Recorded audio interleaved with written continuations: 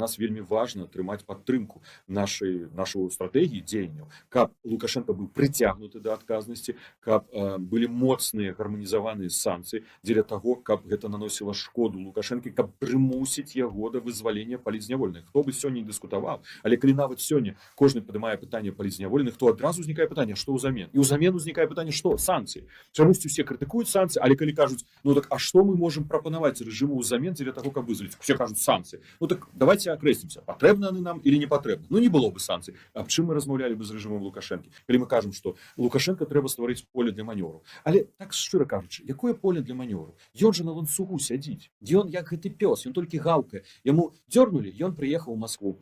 Яго дзёрнулі, ён сняў Гулевіча з пасады. Калі ёсць ли ўвогуле перспектывы таго, каб Лукашенко стаў самастойным? Я лічу, што не, няма. У 20-м годзе, калі ён на каленях прыпоўз да Пуціна, ён гэтай перспектывы ўжо канчаткова выкрэсліў.